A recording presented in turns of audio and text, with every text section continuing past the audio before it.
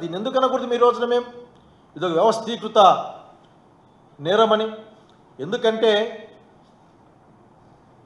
మీరు ఒక విషయం గుర్తుపెట్టుకోవాలా, ఈ మాట ఊరికే మాట్లాడడం లేదు. మీరు ఆర్గనైజ్డ్గా ప్రచారం చేశారు ఈ రాష్ట్రం గురించి. ఈ రాష్ట్రం అప్పుల్లో మునిగిపోయింది, విధ్వంసం జరిగిపోయింది, బతకడానికి లేదు. ఈ రాష్ట్రంలో శాంతి భద్రతలు లేవు, మనుషులే మాయమైపోతూ ఉన్నారు. ఈ రాష్ట్రంలో ఇసుక మిగతా అన్ని కూడా అనేకంగా దోపిడీ జరుగుతూ ఉంది. దీన్ని కాపాడాలంటే మేము తప్ప ఇంకెవరు లేరు. ఒక్కటిగా ఉండి ఒక్కొక్క పార్టీగా జగన్మోహన్ రెడ్డి గారిని ఏమి చేసుకోలేము. మేము గుంపుగా వస్తూ ఉన్నాం, మాతో రండి అని మీరు ప్రజలు మోసగించే ప్రయత్నం చేశారు. సఫలమైన సంగతి గుర్తు చేస్తూ ఉన్నా. మీ వ్యవస్థీకృతమైన ఆలోచన చెప్తా వినండి ఒకసారి. 5/4/22లో చంద్రబాబు నాయుడు గారు ప్రకటిస్తారు ఏమని? ఈ రాష్ట్రం శ్రీలంక కంటే అద్మానంగా ఉంది, శ్రీలంక అవుతుంది అని. మరి ఈ రాష్ట్రాన్ని శ్రీలంక ప్రకటిస్తాడేమో సీఎం గారు అని 15 తారీఖు మాట్లాడతారు. 19 తారీఖు ఏం మాట్లాడతారు? ఇదంతా లక్షల పేపర్లో వచ్చిన మాట. ఇది మేలుకోకపోతే మనకు శ్రీలంక గతే. మేలుకోవడం అంటే ఏంటి? ఈ అబద్ధాలు చెప్పే ఈ కూటమి గురించి ఆలోచించుకోవడమే మేలుకోవడం అంటే. రాజకీయమైన మాట అది. వారి డిప్యూటీ సీఎం గారు అరిస్తేన పైన దూరంలో కూతవేడు దూరంలో ఉందని మాట్లాడతారు. ఇప్పటి ఆర్థిక మంత్రి మిత్రుడు కేశవ్ గారు మాట్లాడింది ఆ రోజు 4 రెట్లు శ్రీలంక అంటే అప్పుడు. నాకేం అర్థం కాలే, వీళ్ళేమో శ్రీలంక ప్రభుత్వానికి కన్సల్టెంట్లుగా పనిచేశారేమో ఆ రోజున. నాకు తెలియదు, ఎందుకంటే కన్సల్టెంట్లు ఎక్కువైపోతున్నారు చూస్తూ ఉంటేనే. అట్లాగే ఇప్పుడు డిప్యూటీ సీఎం ఇది అప్పుల ఆంధ్ర అని చెప్పాలి. దీన్ని మారు మోగిపోతూ ఉంది. జగన్మోహన్ రెడ్డి గారికి ఆ రోజున అప్పురత్న అని పేరు పెట్టాలని ట్వీట్ చేశాడు ఆయన. అక్కడికి ఇంకా ముందే చెప్పాను, పురంధేశ్వరి గారు ఏం మాట్లాడా, డైరెక్ట్గా వెళ్ళి మాట్లాడమే అక్కడ. అట్లాగే ఆయన ఆర్థిక నిపుణుడు అని ఒక ఆయన రావడం, ఆయన మాట్లాడడం, రకరకాల వేదికల్లో పనిచేసిన నేను 14 లక్షల కోట్ల అప్పు ఉందని ఓ మాట మాట్లాడడం ఇంక లాభమే లేదు అని. అయా చంద్రబాబు నాయుడు గారు, మిమ్మల్ని అడుగుతూ ఉన్నాం, ఈ విధంగా ఒక ప్రణాళికాబద్ధంగా ఒక అబద్ధాన్ని పదే చెప్పి ఆనాటి జనరంజకమైన ప్రభుత్వాన్ని అబాసు పాలు చేసి, అప్రతిష్ట పాలు చేసి, వాళ్ళ మనసుల్లో ఒక అనుమాన బీజాన్ని లేవనెత్తి ఒక ప్రణాళికబద్ధంగా మీరు రాజకీయాల కోసం ఆ కార్యక్రమం చేశారా లేదా అడుగుతూ ఉన్నాం. దీని వ్యవస్థీకృతమైన అంటే తప్పేమైనా ఉందా అని అడుగుతూ ఉన్నాం. అయ్యా మీరు ఒక మాట మాట్లాడుకుంటా ఉన్నాం మీతో.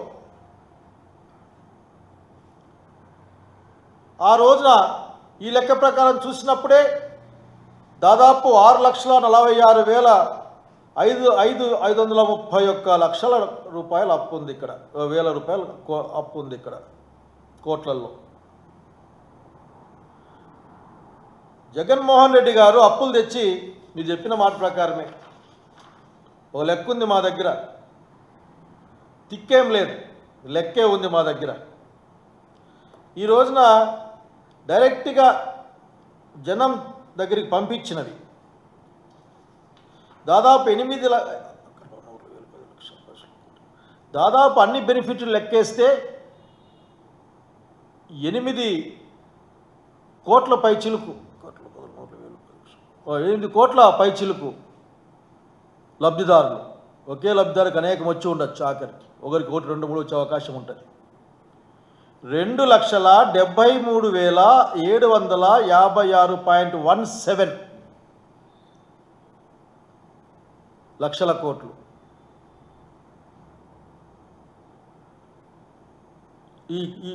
అంటే 2,73,756.17 లక్షల రూపాయలని. చాలా కష్టంగా ఉంది కోట్లు లక్షలు మాట్లాడుకోవాల్సి వస్తే. ఆఖరి నిజంగా అప్పుడు ఎట్లా చేసి నాకు అర్థం కావడంలే. ఒక లెక్క ఉంది ఇక్కడ. మీరు 1,40,000 కోట్ల రూపాయలు అప్పు తెచ్చారు. అందులో ఈ 9 నెలల లోపలే 1,00,000 కోట్లు డైరెక్ట్గా తెచ్చేసారు అప్పులు.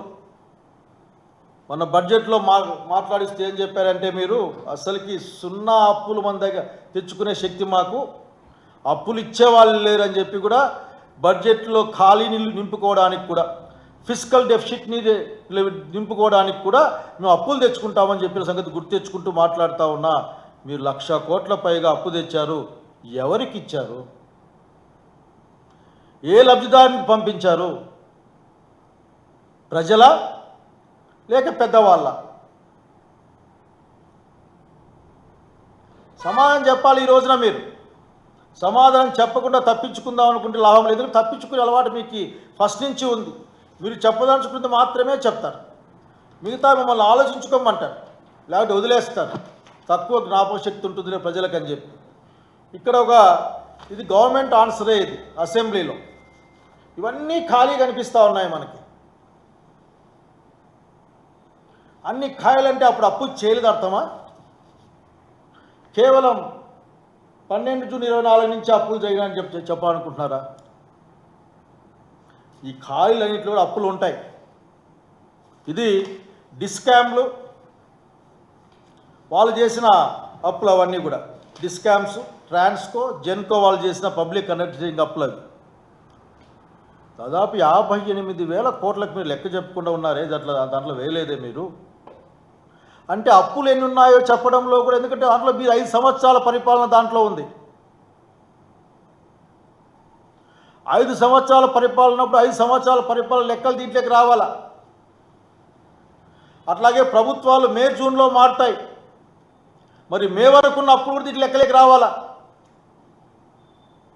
మీరు మాత్రం అవన్నీ కూడా ఖాళీగా వదిలిపెట్టి ఒక లెక్క చెప్తే లెక్క ఎవరిదనుకోవాలి మేము?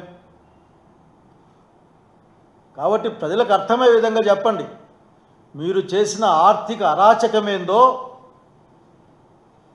మీరు చేసిన ఒక వ్యవస్థీకృతమైన ప్రచారం ఏందో, చెడ్డ ప్రచారం ఏందో, ఈ రాష్ట్ర పరువును గంగలో పలికే విధంగా మీరే కదా 14 లక్షల కోట్లు ఎక్కడ, 12 లక్షల కోట్లు ఎక్కడ? చివరికి మీరు శ్వేతపత్రంలో కూడా దుర్మార్గం అంటే మీరు ఎటువంటి భయం ఉండదు మీకు. అబద్ధాలు చెప్పడానికి, సత్యదూరమైన మాటలు మాట్లాడడానికి మీరు భయపడరు. అలవాటైపోయింది మీకు. అది మీ భాషలో, మీ జీవన సరళిలో భాగంగా మారిపోయింది ప్రభుత్వానికి. శ్వేతపత్రం అని మీరు విడుదల చేసే చంద్రబాబు నాయుడు గారు అబ్బా అన్యాయం అయిపోయింది చెప్పేసి గట్టిగా అరుస్తూ కేకలు పెడుతూ, దాంట్లో కూడా 9.74 లక్షల కోట్లు అని చెప్పాడు.